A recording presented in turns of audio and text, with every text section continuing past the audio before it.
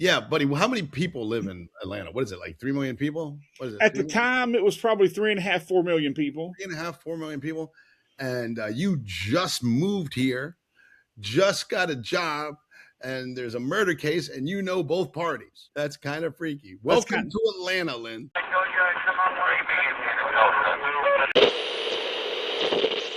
And welcome back to another episode of True Stories from a Real Private Eye. I'm your host, Vinnie Coppola. With me, as always, is Lynn Lambdin, a real private investigator right here in Atlanta, Georgia. Thank you so much for being here, each and every one of you. We do appreciate you guys coming back. If this is your first time listening to the podcast, we appreciate you giving us a shot. Thank you so much. Lynn's got a shocker for us today. I heard a little preview, but that's all I heard. What do you got for us today, Lynn? Well, Vinny, how you doing today, my friend? I'm doing okay, hanging in there. How about you? I'm doing well. Can't complain. All right. Well, Vinny, this case goes back a very long way. Okay. This case goes back a very long way. This case goes back to when I first moved to Atlanta before I ever thought about becoming a PI. Oh, yeah. Oh, okay. Yeah, a long way. But this was before I ever knew you or really just about anyone. Yeah, you were new to Atlanta. I was new to Atlanta. Yeah. And when I first moved down here was like August of 1987. I graduated. That's before I even started comedy. Yeah, I graduated high school in June of 87, and I moved down here in August of 87. Yeah. And there, very shortly after, I went to work at a place out in Stone Mountain called the Softball Country Club. Okay. And I met two gentlemen who there very shortly after introduced me to the Punchline. And I worked at the Softball Country Club, and I worked at the Punchline. I started working at the Punchline about 2 weeks, or about a week before the Super Bowl. My first week was the Super Bowl of 1988. Okay. So the Super Bowl was in January of 1988. I started working there the week of the Super Bowl of January of 1988. Okay. Do you remember what the teams were in that Super Bowl? Oh, Lord, I have no clue. I couldn't even begin to tell you. Yeah. But that's the first big memory that I have was working the Super Bowl of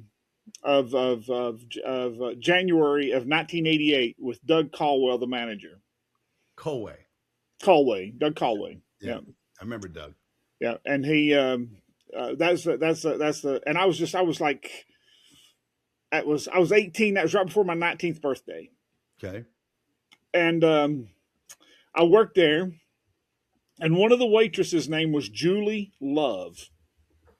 Julie Love. Yeah, she worked there of a night, and she had a day job, but she worked there of a night. I didn't really know her that well because I just started working there, and I was just young and wet behind the ears, as they would call it, the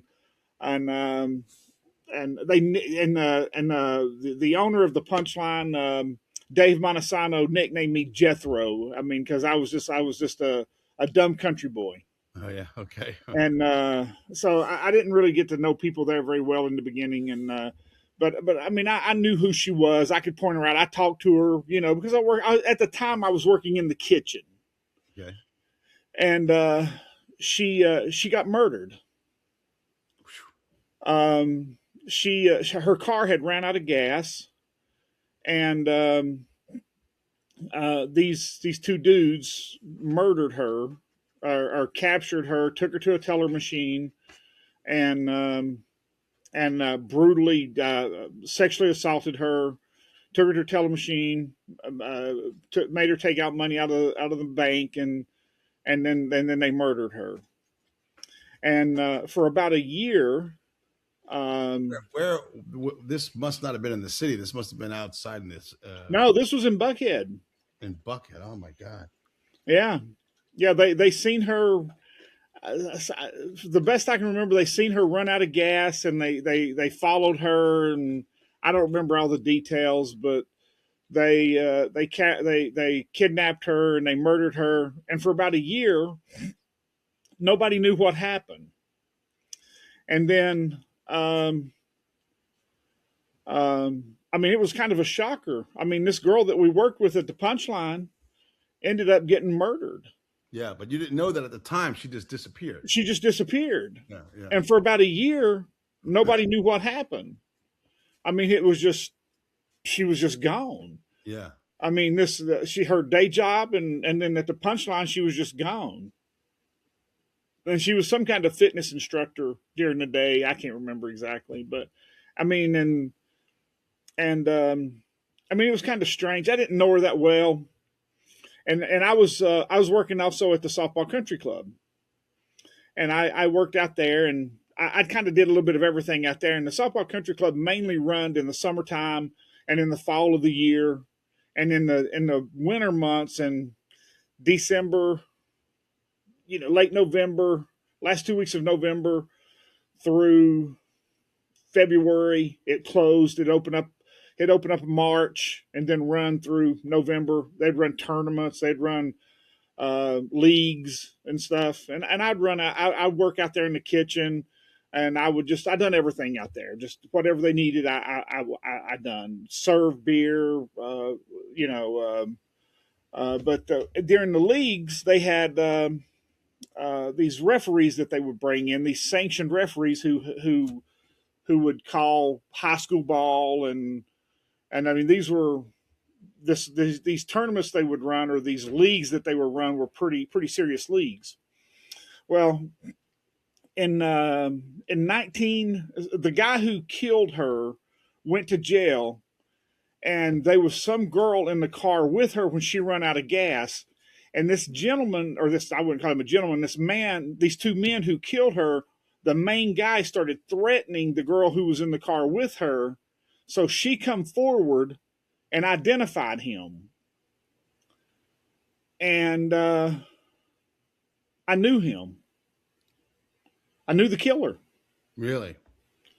So just so I'm clear, this is all happening. This whole thing about this guy being fingered for the crime and all that. This has happened a year after. A year after he was identified, approximately a year later in 1989. She was killed in 88, and he was fingered in 1989. What took her so long to come forward? I don't know, because he threatened her. He started threatening her, and that's what made her come forward. I don't know the details behind why. I don't know. But she was in the car with this Julie Love. Is that her name, Julie Love? Julie Love, yeah. Julie Love.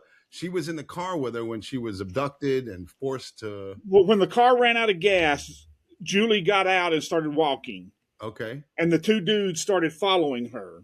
Okay. And that's when they got out and grabbed her. And that's how the girl sitting in the car identified the girl. She was with Julie Love. She was in the car when the car ran out of gas. With Julie Love. With Julie Love. Okay. And then she said, "Oh, stay right here. I'm going to go." I'm assuming. I don't know the full details of all that. Okay. I'm just trying to make sure I'm clear. Just getting this. Okay. And she stayed silent for a year. For a year, and then the guy was in prison. The guy was in jail for something else. Of course. And then, he had a long criminal history. He had abducted other women. He should have been a lifer in prison before Julie Love was ever abducted. Right. Sure. The system had failed Julie Love for sure. Yeah. Yeah. So for whatever reason, this girl identified him a year later. And when they identified him, his last name is Hammond. And when she identified him, I said, I got to talking to the guys and I said, I know this dude. And I got talking to one of the guys at the softball country club where I was working. And they said, yeah, you know him. His father is so and so, he's one of the main umpires at the club, Hmm. and his son hangs out here all the time. So I knew both sides of the party, Unbelievable. and I'm thinking to myself, this is crazy. Yeah. How does this happen? Yeah. How do I work with this girl of a night here, and work out here on the weekends on this Sunshine Softball Country Club, and I know this dude, and I know his father really well. Yeah. I mean, I know his father. I mean, very very well, and I know him because he comes out there and hangs out. And his father was trying to get him a job out there, but we never would hire him because the hiring manager just said the dude's a little too weird. Don't like him. Plus, his criminal record's kind of a. Well, the hiring. His criminal record, we don't like to. Yeah, buddy. How many people live in Atlanta? What is it, like 3 million people? What is it? At the time, it was probably 3.5, 4 million people. 3.5, 4 million people, and you just moved here, just got a job, and there's a murder case, and you know both parties. And I know both sides. That's kind of freaky, buddy. That's kind of freaky. Yeah, that's kind of freaky. Welcome to Atlanta, Lynn. Welcome to Atlanta, Vinnie. This haunts me, buddy. This till this day, I still think about. It's gonna haunt me, bro. I don't understand why this woman stayed quiet for a year. This episode is brought to you by Simple Funding LLC. For all of your pre-settlement funding needs, contact Simple Funding LLC to receive your money promptly. They're a customer-centric legal funding company that provides exceptional funding solutions at affordable rates. Simple Funding covers a diverse range of cases, including car accidents, slip and falls, worker compensation, medical malpractice, wrongful death, and more. They recognize that life goes on and you need to access your funds immediately, which is why they offer clients a swift and efficient process with minimal documentation requirements. For more information, visit simplefundingllc.com or contact them directly at 678-855-6232. I never could understand why she stayed quiet for a year either. That would be interesting to look that up. So, find why was this woman quiet for a year, Yeah, I'd like to talk to her. I would like to look her up and talk to her and see what her. They probably threatened her life. They probably said, "You better keep your mouth shut." And for like the first year, she was like, "I don't want to die," and then probably her conscience got the best of her. Well, sure. Yeah. I would imagine that she was threatened. Yeah. But I mean, you're here. I am working at this woman. I'm sorry to interrupt you. And this woman that was in the car with Julie Love, the one that fingered the guy that did it, she wasn't a Punchline employee. No, I didn't know her. Okay. No. Okay. I mean, I may have seen her. She may have come in there, but Vinnie, that first couple of years I was there at the Punchline, I was very quiet. I stayed back to myself. I was not the. You didn't go over to Cafe 390 after a shift? 290. Oh, 290. 290. Yeah. No, I didn't go over there very much. I probably didn't go to Cafe 290 once in the first couple of years. Yeah. But I did go over there a lot in the last 15 years. Sure, me too. Yeah. Yeah.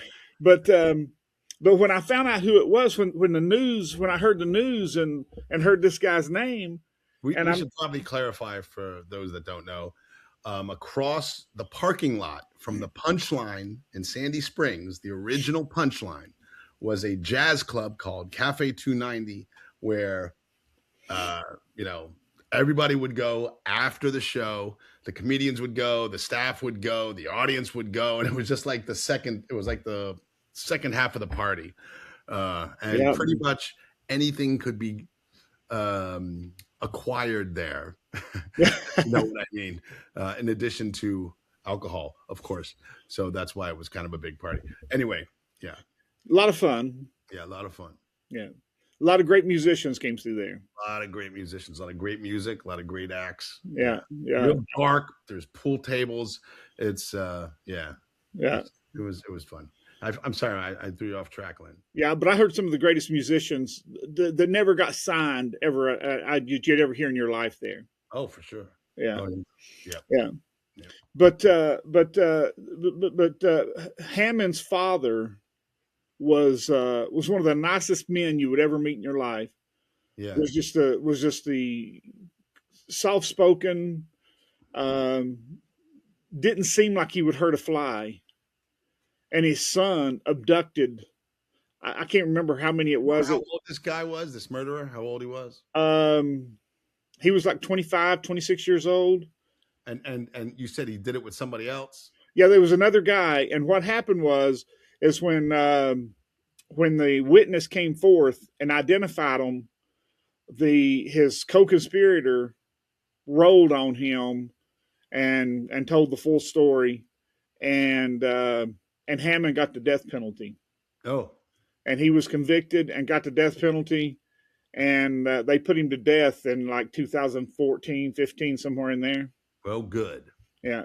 Oh, I agree. I couldn't agree more. Yeah. But it, I mean, it's kind of haunting to know both sides of the aisle, and Yeah. Let me stop you again, and I apologize. I'm just these questions pop into my head. So this guy rolled over on his buddy, and because of that, he probably got a lighter sentence or something. yes, Yeah. yeah, Okay. Yeah. yeah, Yeah. he got a lighter sentence. I So think this woman that was friends with Julie Love in the car saw this happen. She must have known these guys. She must have known them or something, so that, I mean, if she could, and they must have known where she was or something like that, because you don't just sit on information, and then go, well, let me go find these. Oh, what was she doing? Looking for them? I don't think so. I think she knew who they were, knew what their names were, and just decided to come forward all of a sudden. Just, yeah. does that sound right to you? I mean, Well, she must have known them. She must have known them. I don't know. I don't know, Vinny. I would have to research the case to know the details behind the witness that come forth. I know that the guy that was in the car that helped abduct her Yeah. led the police to the body, and everything. That's how they found the body. Is the gentleman in the car led the police, and he made a deal and led the police to the body and everything, and that's how he got out of the death penalty and everything. Where'd they stash her? Where'd they? In a wooded area somewhere. I'm not, Atlanta in 1989 and 88 and 89, Atlanta wasn't what it is today. Oh, for sure. There was a lot of places that you could have stashed a body. I mean, in the city. Yeah. The city wasn't built up like it is today. Yeah. I mean, you could have drove 10 minutes and have been outside the city. Yeah.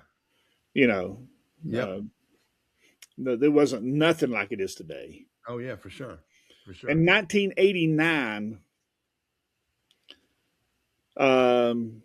they were just starting to build North Point Mall. Wow. Yep. Wow. Because they were just starting to build North Point Mall when I moved to Atlanta. Yeah, North Point. You mean Alpharetta North Point? Alpharetta North Point Mall. Yep. They're just starting to build that. I first moved to Atlanta. That's where I lived. I lived in Alpharetta. Yeah. I was that whole North Point area. Yeah. That was my stomping grounds for about a year or something. Wasn't built up as much now as it is now. Yeah. Holy cow. But it was just such a surreal feeling to know that I knew the murderer of this young lady, and I had no idea that this guy that I dealt with all the time and dealt with his father on an employee to an employee level was such a murderer. And the reason that he killed her was just because he had abducted other women, and one of the other women had rolled on him that he had abducted, and he had spent several years in prison over that, and he had made a vow that would never happen again, that he would kill the next one. Yeah. And the next one was Julie Love, and he killed her.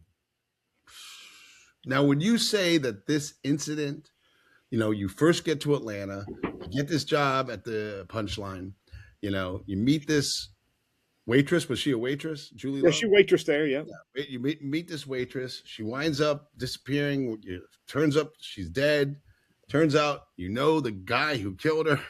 Would you say that this whole incident had anything to do with you becoming a private investigator? Was like something like Nah, that? not really. I mean, it was very fascinating to me because I always wanted to be a private detective. Yeah. And I'll be honest with you, what really made me want to be a private detective, believe it or not, was Rockford Files, James Oh, Rockford. hell yeah. I loved the Rockford Files. Hell yeah. But Yeah. One of the best songs to open a TV show. yeah, but You know. I love the Rockford Files, man. Oh, hell yeah. I Oh, hell yeah. always wanted to be a private detective ever since I seen that show. Oh, yeah. Yeah. And but I've always just had a curious mind, and I always wanted just to put the puzzle together. Yeah. But the case was very fascinating to me. But Yeah. once that I found out that I knew who the murderer was, Vinny, it wasn't no longer um, um, a fascination. It was kind of a sad, Twilight Zone situation. kind of a Twilight Zone situation. But it was just a sad story. Then it was just like, why did this person take this person's life in Right. such a random matter? Right. Not that it would have mattered in any other situation, but it was just. And it's not even that I knew her because I didn't even work with her that long, and I didn't really even know her other than her name. I mean, and just talking to her here and there, and just going, "Hey, your food's ready," Yeah. and saying hello when she come to work, and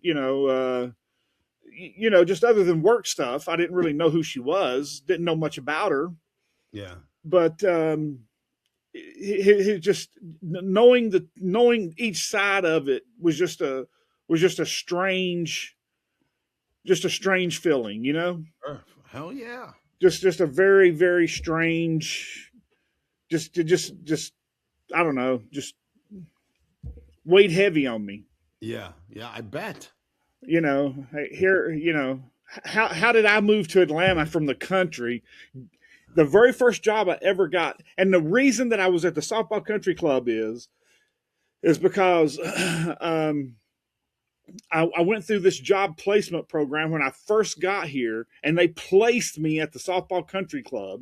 Yeah. And the two dudes that worked there was affiliated with the Punchline, and I said, "Hey, I got a little free time. I'd like another job." Yeah. And they said, "Well, we can get you in over here at the Punchline." I said, "Well, great, let's go." Yeah. Yeah. And that's how I ended up at the Punchline. So the first two jobs I ever had, and the dude that his father worked here, and he hung out at the softball country club because the softball country club was open to the public. The public could come out and watch people play softball. You paid $3 to get in, and you watch people play softball. This episode is brought to you by the Accident Attorneys of Monge and Associates, voted the best law firm by the American Institute of Trial Lawyers. When life hits you hard with a serious injury, don't let insurance companies hit you harder with lowball offers and endless runaround. You deserve justice. You deserve compensation. You deserve to win. The Accident Attorneys of Monge and Associates have a high-powered legal team with a nationwide reach and the highest rating on the National Attorney Rating Service. Trial Magazine calls them one of the most influential law firms in America. They win big. Big results at trial court, appeals court, the state Supreme Court, and are recognized as award-winning litigators of the year. The Accident Attorneys of Monge and Associates handle everything so you can heal. Don't face this battle alone. The aftermath of an accident is traumatic enough. Medical bills pile up, pain overwhelms, emotions run high, and that's where they step in to shoulder the legal fight while you focus on what truly matters, your recovery. They are the first law firm to offer a bigger settlement guarantee. If they can't beat the amount of your current settlement with a bigger settlement offer, your legal fees are free. Ready to win your case? Find out in one phone call if you have a case and how much your case is really worth. Call the Accident Attorneys of Monge and Associates today at 1-888-477-0597 or visit them online at becauseyouwanttowin.com. And what was your duties at this country club? I started out in the kitchen, and then I worked the fields. Sometimes I'd keep score on the scoreboards. Sometimes I just make sure that all the food was stocked, the beer was stocked.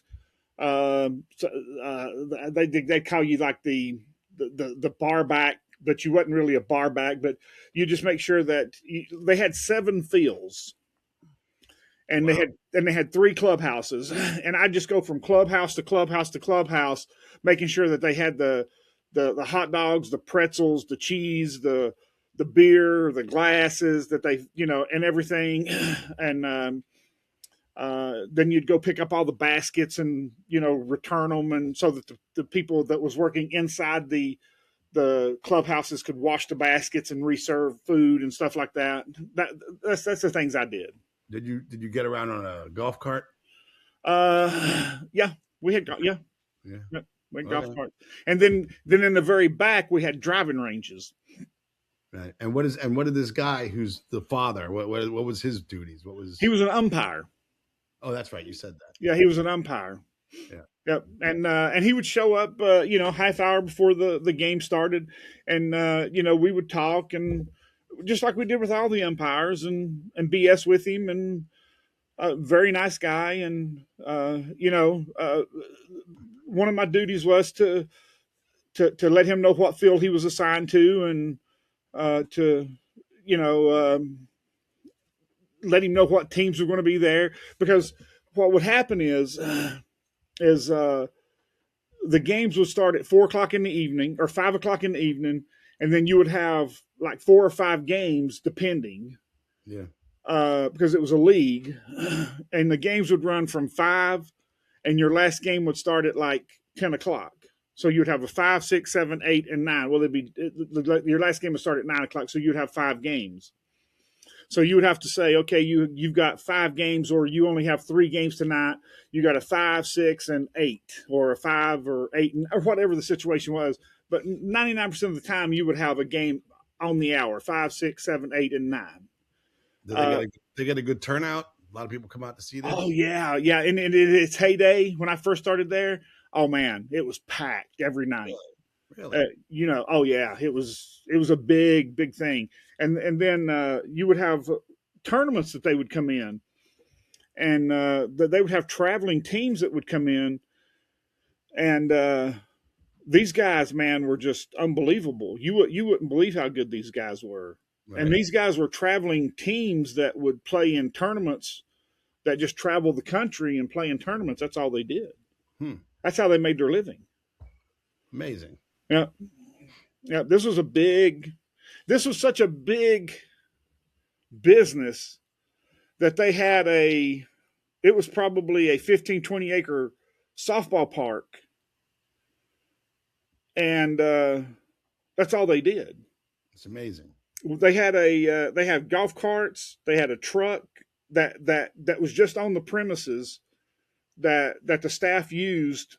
I mean, we used a truck that we hauled kegs of beer in. We'd go to the cooler, load the back of the truck up with kegs of beer, and haul it to each of the clubhouses. There's 3 clubhouses. I mean, this was a huge place, Vinny. You wouldn't believe how big this place was. Yeah. What's there now? Do you know? Yeah, apartment complex bought it out and Yeah. put apartments there. Yeah. Too bad. And this was so big, the guy who owned it was from Texas, and he started in Texas and had one in Texas, and it did so well, he built one here in Atlanta. Yep. Had no idea that was a business. Yeah. No idea. Yeah. I don't know if it is anymore or not. Yeah. But it was nice while it lasted. Yeah. Holy cow. Yeah. But it was kind of a sad story. Yeah. Couldn't believe that this girl that I worked with was abducted and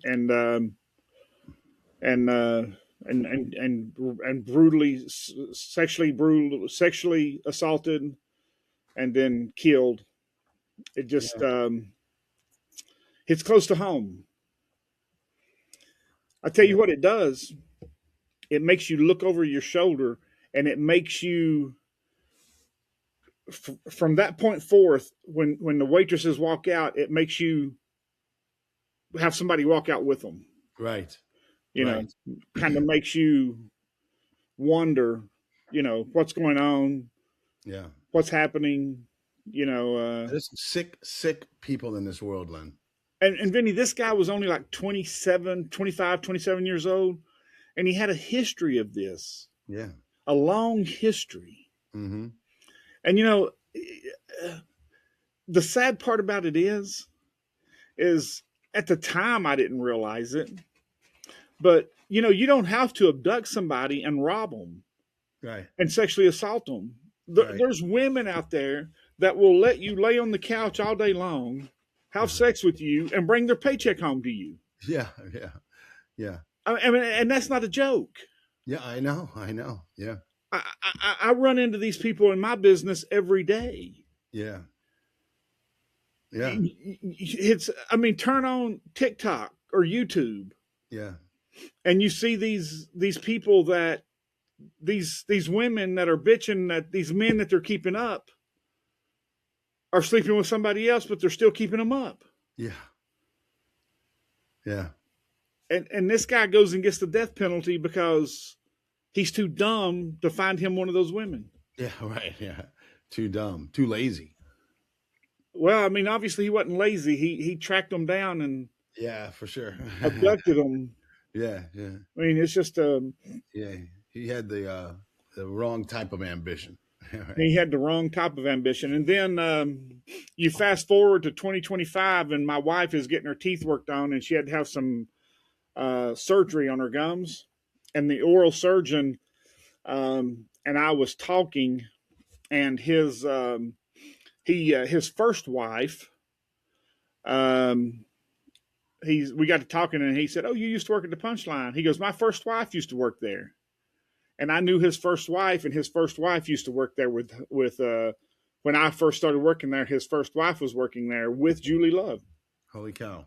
Yeah, and I'm thinking, man, 25 years later, Yeah, it comes back. I run into an oral surgeon. Yeah, that I probably knew. Uh-huh. I probably ran into him at the time and just don't remember. Right. Yeah. He was probably came in and to pick up his wife or something, and ran into him and just don't remember. Right. Yeah. Yeah. Unbelievable. Yeah. And then 2 or 3 times after we went back 2 or 3 times, he said, "I talked to my ex-wife and she remembers you." And I'm going, okie dokie. Okay. Yeah. All right. That's a long time ago. Yeah. I'd probably remember her if I seen her, because I'm not really. I mean, unless it's something extraordinary, it's hard to remember names, from that long ago. I'm good with faces, but yeah, we all are. We're all that's we're all good with faces, lousy with names. Yeah, I like to meet the person who's good with names, lousy with faces. There's some of those people out there. I know. So Yeah. I don't recognize you. I'm Bill. Oh yeah, Bill. There was a judge over here in Roswell. He has since passed, but he had a little trick, and I don't remember what the trick was, but he had a trick that he used to do with people's names, and he could remember your name. I mean, just like that, man. Just no matter what, he would remember your name. Yeah, I'd like to know that trick. I can use it. Yeah, me too. Hey, if you like stand-up comedy and you like goofy videos, check me out online. You can find all the links to all my social media on my website. My website's www.vinnie.com. That's VINNIE.com. If you're looking for someone, need to surveil someone, or need to serve someone papers, ladies and gentlemen, Lynn Lambdin is the best. Tell them your website. www.lwias.com. And thank you, Simple Funding and the accident attorneys of Monge and Associates, for sponsoring this episode. And thank you for being here once again. We do so appreciate it. We'll see you next week.